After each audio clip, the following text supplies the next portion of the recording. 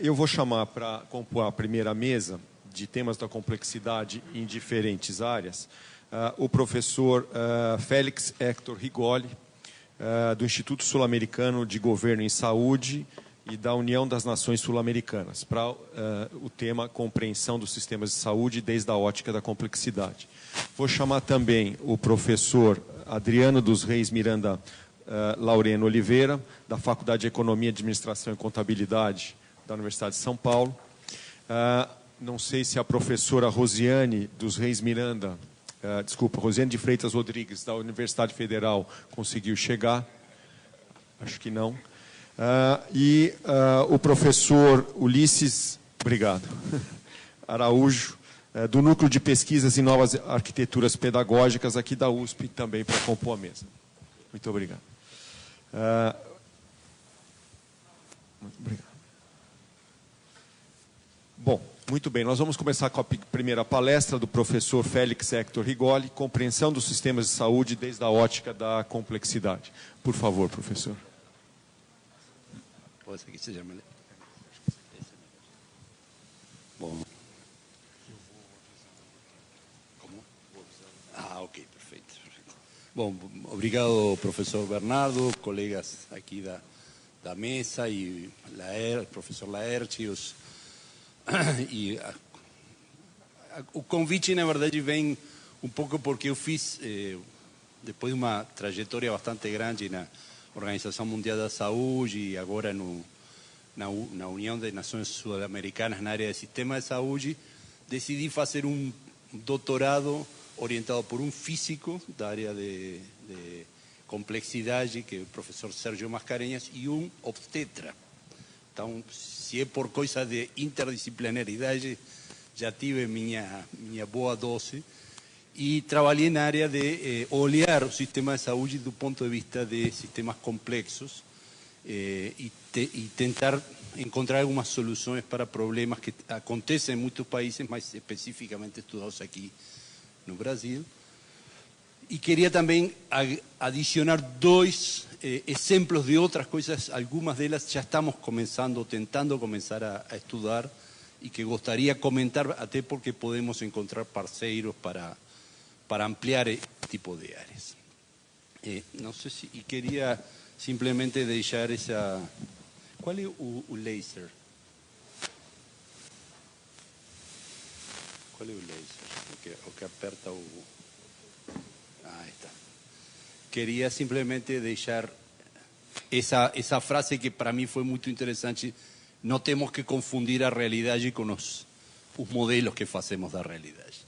E na área de saúde isso é muito importante porque, de fato, como comentavam de outros exemplos, fazemos uma teoria, pensamos que a realidade é justa e a realidade, como dizia o professor Mauro, é a realidade que é complexa. Nós que não entendemos a vezes. Suponho que estou para frente assim. Então, o primeiro, eu vou falar de 3 casos. Um caso que é a minha pesquisa sobre usar o fluxo de pacientes dentro de um sistema de saúde como um comportamento adaptativo e tentar utilizar isso como uma guia para reorganizar o sistema. O segundo é o caso da epidemia de obesidade no mundo, desde a perspectiva dos sistemas complexos. E o terceiro é um caso que estamos começando agora, justamente no Instituto, sobre simular os efeitos de sistemas universais de saúde na redução da imprevisibilidade. Vou comentar um pouco que estou querendo falar sobre esse assunto.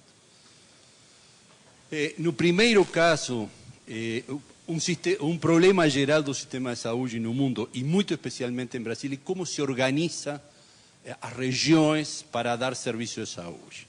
No caso brasileiro, vocês conhecem muito bem que, inclusive, historicamente, o país evoluiu, criou municípios, criou regiões, criou macro-regiões, e sempre está evoluindo porque, na verdade, não tem uma boa resposta.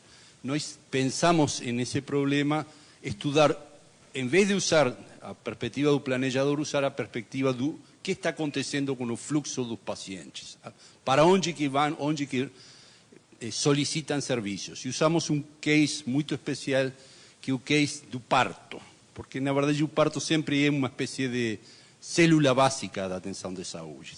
Um evento claro, começa e termina mais ou menos em forma prefixada, é muito básico para o futuro. Então, utilizamos, primeiro, pensamos que o fluxo de pacientes poderia justamente ser um indicador do que na teoria de sistemas complexos se chama os padrões emergentes auto-organizativos. Por que organizar nós as regiões? Por que não vemos como que as pessoas organizam seu próprio percurso? Pensando que os cidadãos dentro do SUS, o nosso estudo estava dirigido ao SUS, mas utilizando também dados do setor privado e público, são agentes independentes e se movimentam seguindo diferentes gradientes de necessidades. E, ao mesmo tempo, isso pode indicar quais são os melhores formatos de organização regional. Igual que muitos planejadores das cidades esperam a ver como que as pessoas se movimentam para depois pensar como criar sistemas de comunicação.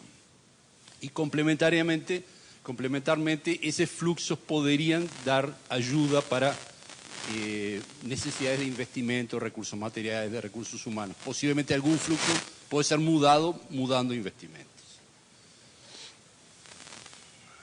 Para isso, primeiro, estudamos um pouco o fluxo de pacientes de parto no país e tentamos ver, como em todo estudo deste tipo, origem e destino, onde que a pessoa mora, onde a pessoa tem o parto.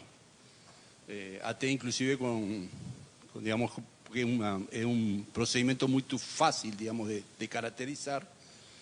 E vimos coisas interessantes. Primeiro que no Brasil, na normativa do SUS, o parto é uma função do município. Portanto, qualquer saída do município é, de alguma forma, uma irregularidade, e essas irregularidades realmente acontecem de forma bastante comum. Mas, ao mesmo tempo, vimos que os estados que têm menos infraestrutura têm muito mais fluxo intermunicipal, enquanto estados com mais infraestrutura têm menos fluxo intermunicipal.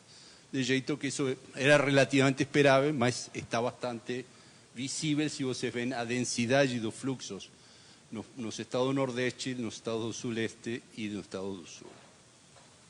Então, fizemos uma prova específica na região que se chama Departamento Regional de Saúde 13, do estado de São Paulo, centrado alrededor de Ribeirão Preto, justamente na USP de Ribeirão, no Hospital das Clínicas de Ribeirão Preto, e encontramos que dos 20.000 partos que tem essa região nesse ano específico que estudamos, tinha 5.000 que estavam fora, saindo fora de municípios, se movimentando, e fizemos um pouco intento de revisar um pouco qual era o formato disso em uma ferramenta de análise de matrizes de origem e destino dos pacientes. E, posteriormente, encontramos primeiro, a primeira coisa que encontramos é que a quantidade de deslocamentos era muito alta, muito mais do que se pensava, inclusive que tem muito deslocamento que vem totalmente de fora da região, coisa que também deveria não acontecer. Tentamos fazer com isso uma matriz origem-destino e analisar do ponto de vista das redes, ou seja, quais são os nós, as arestas, como se comportam em quanto a intensidade, a direcionamento e um pouco a morfologia dessa rede, inclusive, obviamente aqui vocês veem a cidade de Ribeirão Preto, a cidade de Sertãozinho. Esta é uma rede acomodada à topologia geográfica também. Se ven coisas interessantes como, por exemplo, a importância da Anhanguera, da BR-40, de algumas outras estradas regionais. Mostrou coisas muito interessantes, por exemplo, que não necessariamente uma região implica municípios contíguos. Pode ter, digamos, dependente de um centro hospitalar, municípios que ficam, digamos, pulando outros municípios e, portanto, contradiz um dos princípios mais conhecidos do planejamento regional, que é você juntar regiões contíguas. Pode ser que precise juntar regiões não contíguas. E depois fizemos com estes testes, por exemplo, tirando da análise algum centro, por exemplo, o caso de Ribeirão Preto, encontrando sub-redes, sub-clusters que poderiam ser, em algum momento, centros subregionais para desconcentrar e melhorar o destino. Encontramos también, y hicimos sobre base de esta matriz origen-destino, un procedimiento de análisis alocación cuadrática. O sea, algo así como una especie de correlación dentro da rede, dentro da matriz. Encontramos que obviamente existe un gradiente entre, es decir, los pacientes van de municipios con menos número de leitos para más número de leitos, con menos desenvolvimiento humano para más desenvolvimiento humano, cuando tem menos cobertura de saúde da família e menos quantidade de consultas para lugares que têm mais cobertura de saúde da família e menos consultas. E quando tem mais gasto, os pacientes vão de municípios com menos gasto de saúde municipal para municípios com mais gasto de saúde municipal. Coisas também esperadas, mas que essa correlação permitiu, de alguma forma, identificar e, ao mesmo tempo, identificar que no está aquí porque justamente el coeficiente no fue significativo, que, por ejemplo, no existe una gran influencia en esa región da distancia geográfica. Uno de los dos grandes principios da regionalización de salud es distancias. Y en este estudio no se encontró. Y no se encontró porque, y después vamos a comentar, existen otros factores que hacen aparecer a distancia como relativamente irrelevantes.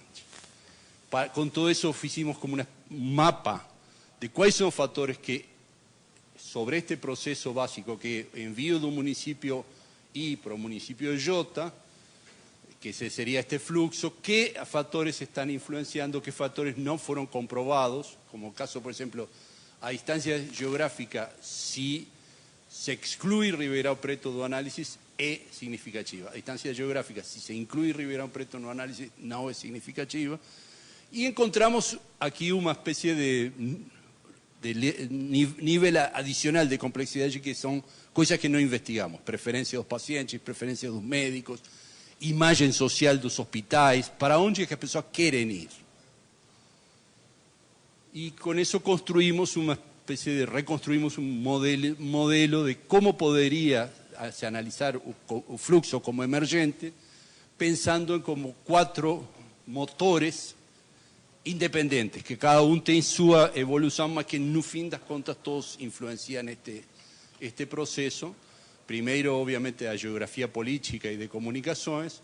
Segundo, también básico, demografía y epidemiología, cuánta población, cuántas mujeres tienen edad para estar gravidez. Y después, cosas como, por ejemplo, la infraestructura y los equipamientos. Hay algunos lugares fuera de la región, como el caso de Barretos y otros, que atraen, a pesar de no estar dentro de la región, y tener distancias importantes. Y finalmente, un motor, digamos, de los comportamientos da parte de digamos, cómo perciben estas cosas. Entonces, con nós pensamos que aquí tenemos un mapa para hacer, de alguna forma, estudios específicos, por ejemplo, para otros fenómenos. Tratamiento de cáncer, para tratamiento de otro tipo de doenças, cirugías especiales, que pueden tener distribuciones relativamente diferentes, más que deberíamos pensar en este contexto. Ese es el primer ejemplo. El segundo ejemplo tiene que ver con dos problemas que ningún país del mundo está resolviendo, que es el problema da sobrepeso y obesidad. No tem país, es un dos pocos fenómenos que no tem país del mundo que esté ya reducindo o mesmo estacionario. Y para eso usamos un poco una visión que ya fue un mapa de sistemas relacionados con obesidad, que fue feito en el Reino Unido, oleando un poco este panorama, ¿no? Está aumentando la obesidad en el mundo y está aumentando inclusive estos en vermelho, países muy poco desenvolvidos están aumentando más la obesidad y el sobrepeso que los países más desenvolvidos. Para eso, ellos caracterizan un circuito biológico básico.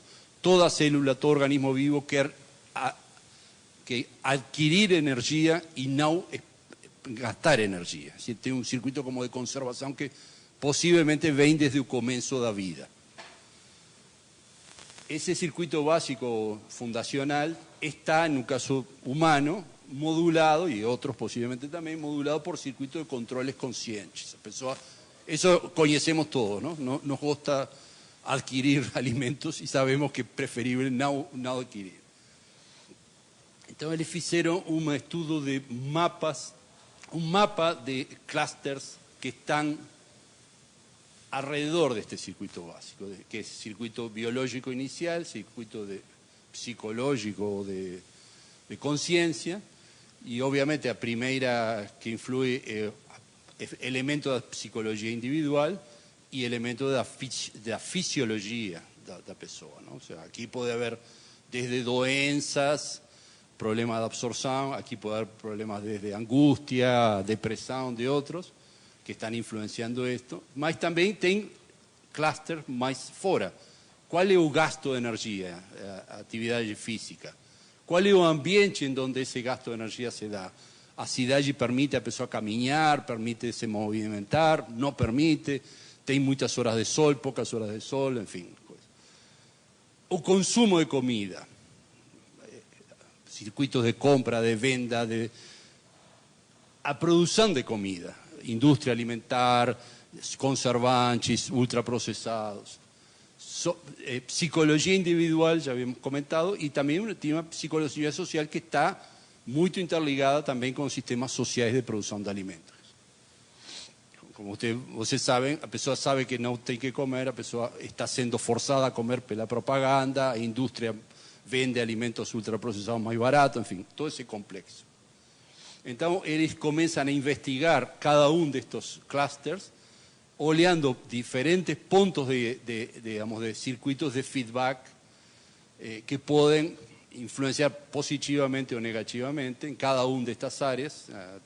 É muito interessante olhar detalhadamente, mas eu vou simplesmente mostrar a mecânica, circuitos que existem de feedback positivos e negativos em cada área, até encontrar de alguma forma, por exemplo, um exemplo entre ese exemplo que estaba comentando. A indústria vende comida e, ao mesmo tempo, a sociedade impõe que a pessoa tem que estar magra e fazer atividade física. Todos estes são circuitos que, de alguma forma, são contraditórios. Aqui eles fazem um mapa das possíveis ideias para políticas, onde se pode atuar em cada um destes pontos.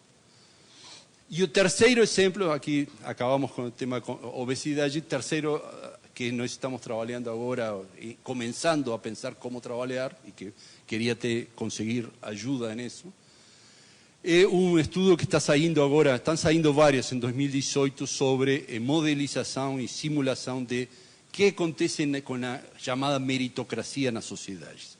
A sorte tem que ver com a acumulação de sucesso, e neste caso eles consideram sorte, talento, chamam talento, e sucesso chamam capital. Algo assim como,